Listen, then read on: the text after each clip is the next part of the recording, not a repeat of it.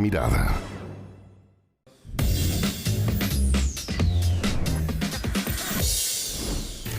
¿Cómo están? Bienvenidos a Última Mirada. Vamos a hablar con una persona que es ya precandidato presidencial, va a postular como candidato presidencial. Él viene de un partido que probablemente es el partido que alrededor del mundo más entró hace muy poquito al territorio y con una idea muy directa que tiene que ver básicamente con los cuidados de la naturaleza y por absoluta lógica, los cuidados de las personas en ambientes estables como son en las cosas de la naturaleza. Vamos a hablar con Jaime Mulet. Él es diputado de la Federación Regionalista Verde Social. Muchas gracias, Jaime, por estar con nosotros. Déjame preguntarte, antes que nada, la primera cosa, ¿qué tanto creen ustedes que partidos que entraron con, no necesariamente con una ideología, sino que entraron con un deseo de hablar de cosas que históricamente no eran parte de las campañas presidenciales, lo que pasaba en la naturaleza, los efectos climáticos, todo ese tipo de cosas, parecían que estaban entregados a los técnicos? Y de pronto entra en política, no solamente aquí, entró antes en Europa, entró en montones de otros países. ¿Qué tanto eso ha remecido, cambiado, a tu juicio, la cultura de nuestro país? Bueno, yo creo que es un avance, te fijas tú. Primero, la preocupación por los temas verdes están muy fuertes desde hace mucho tiempo, ligados más bien a ONG, a organismos que no compiten en lo político, pero hay un esfuerzo también desde la política en ese sentido, que venimos nosotros trabajando desde el regionalismo y desde lo verde, en la Federación Regionalista Verde Social, y hemos ido avanzando, te diría, poco a poco, abriéndonos un espacio en el arco de la política. Ese es el sentido que tiene de haber armado la Federación Regionalista Verde Social y abrirnos un espacio como existe en algunos países de Europa. Cuesta ganarse ese espacio. Normalmente todos los partidos se transforman en regionalistas y en verdes en las épocas de las elecciones y después se olvidan, digamos, al momento de llegar al poder. Pero te diría que es un espacio fascinante. En algún momento, no sé, la cuestión social a fines del siglo XIX provoca la existencia de los partidos tradicionales hoy día, del socialismo, del comunismo. Bueno, el Papa León XIII, la democracia cristiana, nace después de Rerum Novarum, te fijas, preocupados de la cuestión social, el problema fundamentalmente social, de igualdad entre, ¿cierto?, de salario, en fin, toda la lógica que se da en la discusión del siglo XX. Pero en el siglo XXI entramos con otras dinámicas y una de las dinámicas es precisamente los riesgos y los efectos del cambio climático, que son inmediatos, muy inmediatos. En Chile vemos todas las semanas que ocurre una situación dramática o prácticamente. El otro día fue en Puerto Varas, ¿cierto? Hace algún tiempo atrás fue en Maule, O'Higgins, los ríos entraron prácticamente a la ciudad. Hace unos años atrás fue en Atacama. ¿Para qué decir el incendio de Viña Olmué, donde murieron 133 personas? Entonces hay que tomar medidas inmediatas, pues los efectos son devastadores y siempre los pagan los más pobres. Ahora déjame hacerte una pregunta histórica sobre tu vida en ese sentido. Eso, tú fuiste durante un largo tiempo militante de la democracia cristiana y me imagino que no nació de la noche a la mañana, qué sé yo, en un lapso de 3 o 4 horas, la decisión de cambiarte e irte a la Federación Regionalista Verde Social o crear esta mirada ecológica de la política. ¿Se podía hacer o no se podía hacer eso dentro de la ADC? Mira, lo de la ADC es bien interesante. Yo ya me fui hace muchos años, por más bien una coyuntura de otra naturaleza, pero yo te diría que me llamó mucho la atención la encíclica del Papa Francisco, a la Laudato Si, y me dediqué, la vi, la estudiamos, y me llamó la atención la preocupación de la Iglesia como de la Iglesia católica, que es muy importante en el nacimiento de la democracia cristiana, a propósito de Rerum Novarum, ¿ya?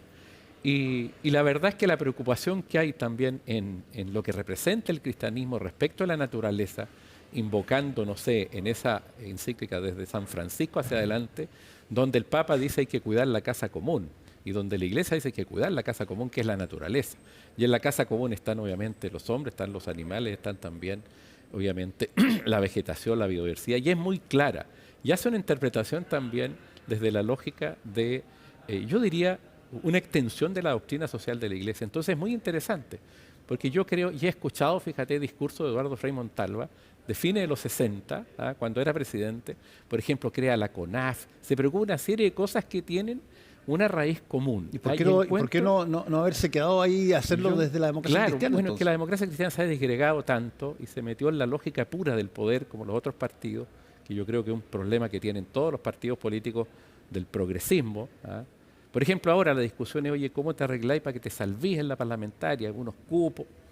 No, yo le dije, mire, incluso contra la opinión del presidente, nosotros vamos a ir en todas las regiones.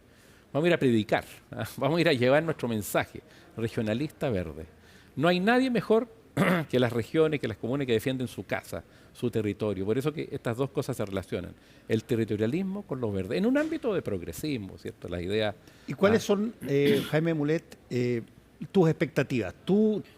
Ayer estuvo con nosotros Jimena Rincón, y Jimena Rincón, como es la precandidata de un partido que acaba recién de nacer, no tiene todavía la suficiente cantidad de distribución territorial como para poder automáticamente llevar a un candidato presidencial. Necesita una serie de firmas todavía, pero en el caso de ustedes, el Partido Regionalista Verde Social, tú no necesitas pedir firmas para que haya un candidato presidencial. Claro, pero nosotros decidimos entrar en la primaria. Sí. Y al entrar en la primaria quedamos amarrados al resultado de la primaria. Exacto. ¿Por qué decidimos eso? Porque lo pensamos mucho. De pasar de largo a la primera vuelta o entrar a la primaria del mundo progresista. Pero entrar a la primaria del mundo progresista, no obstante, sabemos que es un desafío complejo, porque creo que al frente tenemos una derecha muy compleja.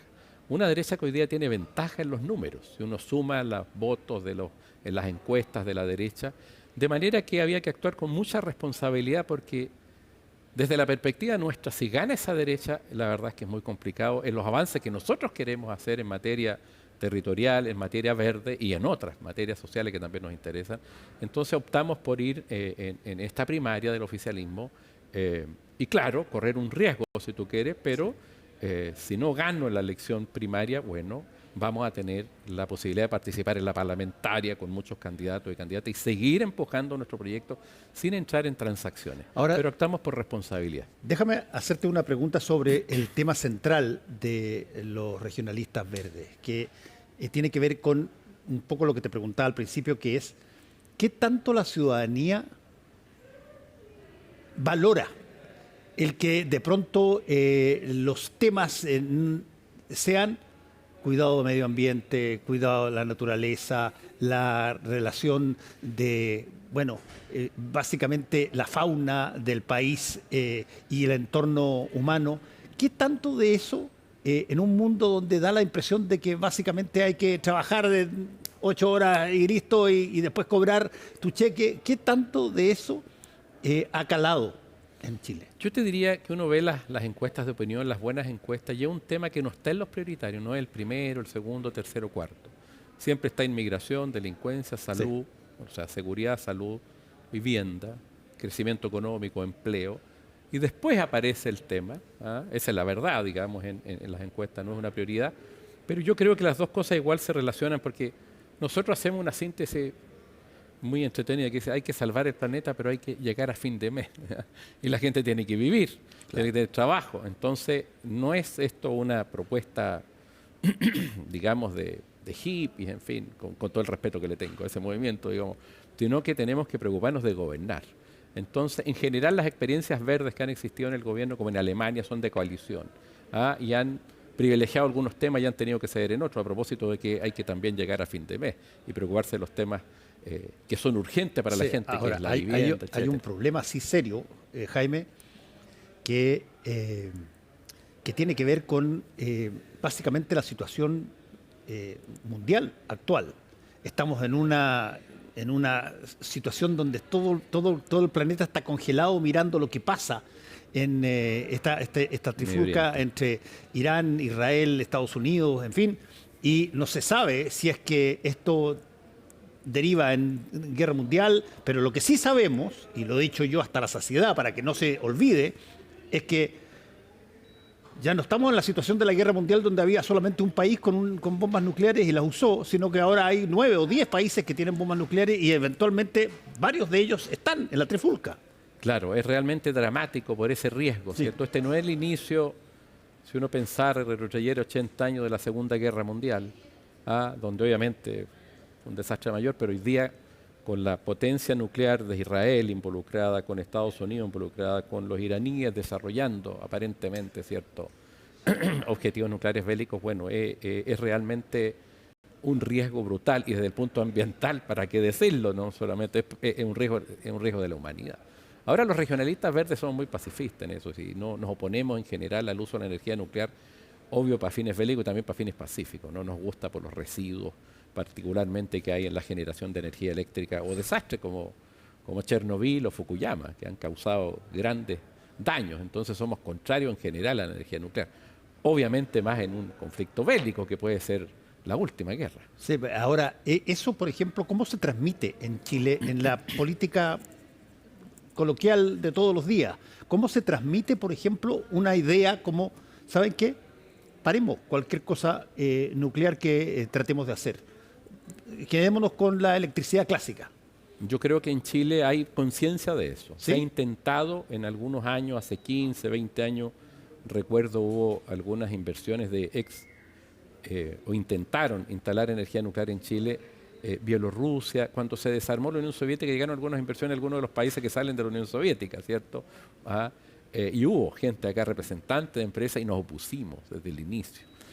Yo también era parlamentario en aquel año, estoy hablando de los 15 años atrás, intentan, empiezan y creo que en Chile hay mucha conciencia, además porque tenemos capacidades de energía solar, eólica, entonces entrar en la energía eléctrica nuclear, ¿cierto?, con fines pacíficos, no tiene mucho sentido si tenemos un sol radiante, ¿cierto?, que tenemos la mayor radiación del mundo para generar energía solar y estamos además avanzando muy bien en eso. Entonces yo creo que aquí está descartada. No tendría sentido hacer una planta nuclear en Chile.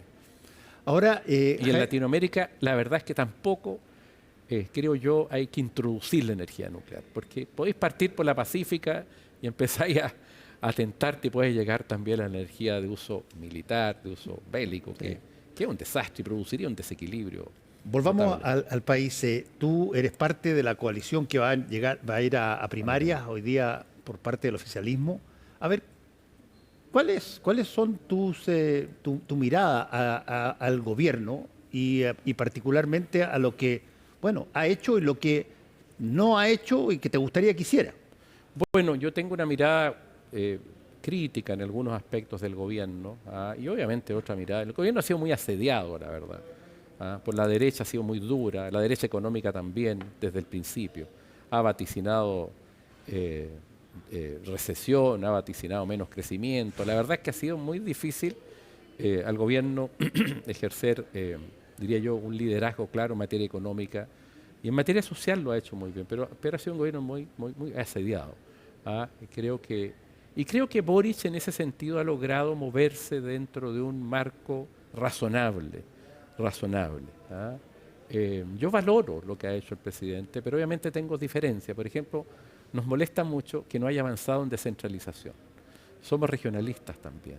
Y el compromiso del presidente de avanzar en terminar con los delegados presidenciales regionales y la ley de rentas regionales, que nosotros creemos muy relevante para redibujar el país, tenemos una mirada en ese sentido que es muy importante para nosotros. Bueno, eso es algo que no se cumplió y que creo que tuvo las posibilidades de intentarlo. Mi impresión es que el presidente cambió de opinión. ¿Tú no crees que haya sido por problemas prácticos, sino que por problemas, cambió la idea, digamos? Cambió la idea del término de los delegados presidenciales. Él dijo que iba a terminar con menos poder del que iba a entrar, y lo dijo varias veces en ese sentido. Y yo escuché, me dijeron, escuché directamente a la ministra del Interior, cuando estaba Carolina Toá, ministra del Interior, que el gobierno no iba a mandar un proyecto de esa naturaleza cuando nosotros lo planteábamos. Y la ley de rentas regionales se mandó un proyecto muy pequeño, digamos, que tampoco el gobierno le ha puesto urgencia. Entonces, eso nos complica. En materia ambiental, el gobierno, bueno, aprobó Escazú, que era un tratado y un convenio relevante, pero se embarcó también en el TPP-11, que nosotros cuestionábamos. Y eso evidentemente también generó una diferencia, digamos. Otras cosas importantes, hemos hecho parques nacionales, Parque Nacional Desierto Florido en Atacama, que lo cree el presidente, también es un avance, un área de protección de 57.000 hectáreas, protegiendo la biodiversidad de una zona importante del Desierto Florido, que fue algo que trabajé mucho también y creo que eso también es un avance. Pero ha sido así, es un claro oscuro, digamos, los temas que nos interesan a nosotros. Lo único que hay en regionalización efectiva es el royalty a la gran minería, que permite distribuir casi 1.500 millones de dólares al año en las regiones mineras y no mineras, en 307 Pero eso comunas. fue hecho hace bastante tiempo atrás también. No, pero se aprobó acá. Se aprobó. El royalty que se aprueba es un proyecto de mi autoría junto a Esteban Velázquez, que lo presentamos en el 2018. Eso, por eso me acordaba Sí, ¿no? Sí, fue varios años y es, en el fondo, un avance de lo que era la ley de renta, perdón, la ley del impuesto específico a la minería.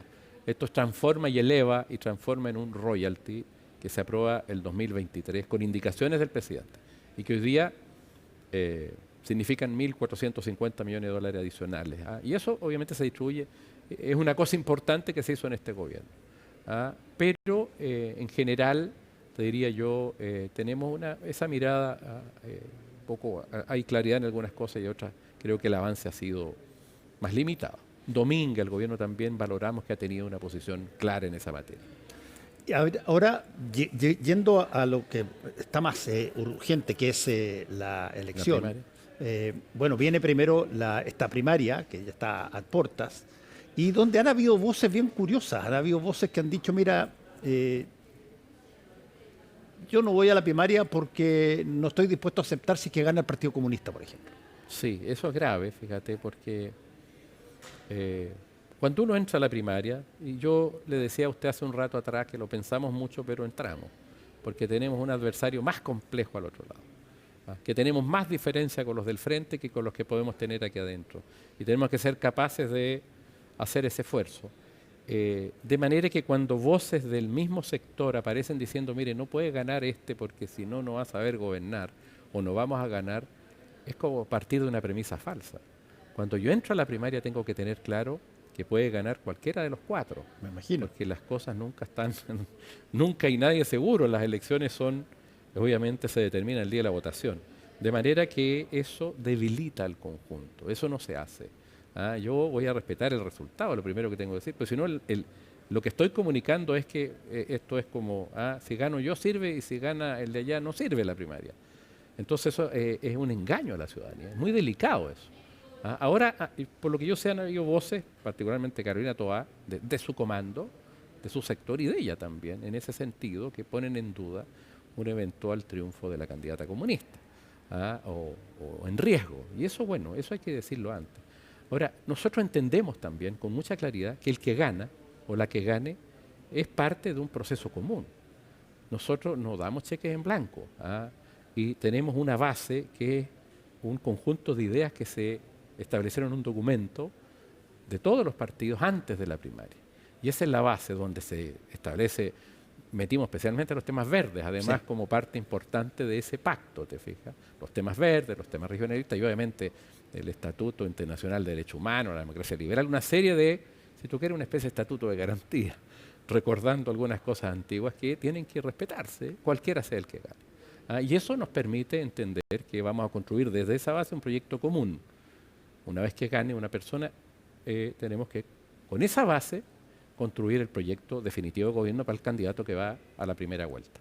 Bueno, eso es la lógica de las primarias. Las primarias, la ventaja que tienen las primarias, y yo lo he dicho varias veces a la gente en este programa, la ventaja que tiene es que inevitablemente una elección siempre saca algún tipo de reyerta y reducido, porque tienes que decirle a la gente por qué votar por mí y no por el del lado que está en la misma coalición. Y eso genera problemas, genera rencillas, genera personas que se pican, en fin. Y desde ese punto de vista, que se haga una primaria y que después ya se ordene la cosa detrás de quien quiera que sea el ganador, parece una cosa razonable. Pero, claro, si es que hay pensamientos de que si es que no gana el mío, yo no voto por la coalición o por el ganador de la primaria, a ver, ¿qué queda entonces? Claro, por eso que es grave, te fijas, y por eso que, bueno, hay que controlar eso. Pero bueno, es la naturaleza, diría, hay situaciones complejas, pero yo creo que las vamos a superar, por lo menos nuestro conglomerado, hicimos este esfuerzo, mirando al frente, especialmente a la derecha, creo que hemos avanzado mucho, porque de 8 partidos, 4 pretendientes, va a quedar un candidato a la presidencia o candidata a la presidencia. Ellos van a tener que competir dos, o sea... Claro, y después, ahora, ¿qué es lo más delicado? Los que quedan afuera. Sí. Las candidaturas de sectores progresistas que vayan por fuera son las que pueden provocar más daño que el que pueda surgir después de la primaria, que evidentemente se generan fricciones. Y eso va a ser más complicado a mi juicio, porque está por ahí, por ejemplo, el gobernador Mundaca viendo si él va, o sea, un poco, hay otro, está Marco, que está juntando firmas, está Harold, que más bien es de centro. Entonces creo que el riesgo mayor viene por las candidaturas paralelas que no participaron de la primaria por distintas razones, y eso creo que es algo que va a complicar más el esfuerzo que tenemos que hacer. Déjame hacerte una última pregunta sobre algo que básicamente es la esencia de ustedes, digamos, que son este partido que nació, como tú muy bien lo declaraste, pensando en la situación de la naturaleza y todo lo demás. Y estamos metidos en un mundo que cada vez más en todas partes del mundo empuja sobre la base de la productividad, sobre la base de, para ponerlo en términos como se utilizó alguna vez, de trabajar desde las 9 hasta las 5 de la tarde. Una cosa que tiene que ver con no necesariamente la naturaleza, porque los árboles son maravillosos, fantásticos, pero claro, son la base de muchas casas, son la base de un montón de otras cosas. La minería es extraordinaria para un montón de situaciones, bonito en las piedras, pero las piedras terminan siendo relojes, terminan siendo, qué sé yo, partes para un computador. Desde ese punto de vista, ¿cómo choca la idea economicista clásica con la idea de ustedes? Bueno, claramente es un modelo de desarrollo distinto el que nosotros proponemos, claramente. La economía de consumo que promueve el neoliberalismo de alguna manera supone un planeta, cierto, que no tiene límites, porque cada vez va aumentando el consumo. Pero el planeta tiene límites. Es la casa común que llama el Papa Francisco, ¿te fijas? Y hay que cuidar la casa común. Y hoy día la casa común, la cantidad de lo que recupera normalmente se consume en los primeros 6 meses del año. Los segundos 6 meses son puras pérdidas desde la naturaleza, incluso en Chile y a nivel global también. De manera que estamos destruyendo el planeta. Entonces nosotros propiciamos un modelo económico a la larga diferente, que tiene que ver no con esta lógica del consumo infinito, sino que una lógica que permite establecer no solo la sustentabilidad, sino que un poco más allá. ¿Cómo lo vemos eso, por ejemplo? Y eso es un proceso largo. En primer lugar, cumplir los acuerdos de París. Es muy importante, ¿cierto?, evitar que se siga calentando el planeta por los gases de efecto invernadero, porque esa destrucción es segura. Y es objetivo hoy día, aunque algunos lo nieguen. Sí, hoy día no es como hace 20 años atrás, claro, donde entonces, la gente no creía que esto pasaba. Mira lo que le pasó a, no sé, murieron 130 y tantas personas en Viña del Mar, producto de una situación climática asociada, digamos, al cambio climático, lo que pasó el otro día en Puerto Vara, en fin, en todas las veces ocurren cosas. Entonces la mirada, nosotros hablamos de desarrollo a escala humana, tomando un poco y siguiendo a Magnef, que ya partió hace muchos años, ¿cierto? Sí, Manfred. Pero Manfred Magnef es muy interesante en eso, lo hemos estudiado mucho, digamos, a propósito de esto, ¿te fijas? En donde tenemos que preocuparnos, por ejemplo, de la soberanía agroalimentaria, de que Chile sea capaz y evitar que traigamos los alimentos no sé, de tan lejos que generas una huella de carbono que no se contabiliza en la economía. Por ejemplo, traer un tomate de Arica, mando saludos a los aricaños, son muy ricos, ¿cierto? Traerlo a Santiago, ¿cuánto vale el tomate? Vale 100 pesos, pero ahí no se incorpora el valor, ¿cierto? O el daño que provoca por conducir 2000 kilómetros. Y así pasa, entonces tenemos que ir sumando también la huella que van dejando las cosas para ir cuidando. Hay daño dices tú por el consumo de combustible. Por el consumo de combustible, claro, el desplazamiento por el consumo de combustible, que es parte importante de lo que está generando el calentamiento global, fundamentalmente. Entonces creo que cada vez vamos a ir avanzando más en el cuidado de la huella ecológica, de los productos, de los servicios. Y yo veo igual que podemos confluir en un mundo donde se equilibre. Creo que va a ayudar eso también el límite de la población, que en ese sentido las cifras que se dan en el último tiempo son que el año 2080 vamos a llegar a 10.000 millones y debe empezar a declinar. De manera que la esperanza, por lo menos que yo tengo, es que se llegue a cierto equilibrio. Pero hay que avanzar mucho, lo del calentamiento global es urgente. La desertificación es urgente, la pérdida de biodiversidad impresionante en el país. Por eso que es importante proteger los humedales, proteger las lagunas, proteger los glaciares, porque si no vamos a secar los ríos. Podemos ir retardando eso y tratando de evitar evitar gases de efecto invernadero y empezar a disminuir, ¿cierto?, el calentamiento, o por lo menos no seguirlo avanzando. Pero yo tengo una mirada esperanzadora en eso, fíjate. Por eso que me influyó mucho esa encíclica, digamos, la Laudato Si del Papa. Creo que es muy interesante y creo que mezcla una cultura tradicional cristiana, que es muy fuerte todavía, digamos, en el mundo, ¿cierto?, con la defensa y el cuidado de la casa común. Y creo que eso obviamente ha permeado poco, pero cuando murió Francisco hace algunas semanas atrás, como que ha reflotado eso, pero siempre es difícil, es una tarea muy difícil. Jaime Mulet, te quiero agradecer por haber estado con nosotros hoy día. Muchas gracias. Muchas gracias a ti. Que te vaya muy bien. Y a todos ustedes, muy buenas noches. Nos encontramos mañana. Chao.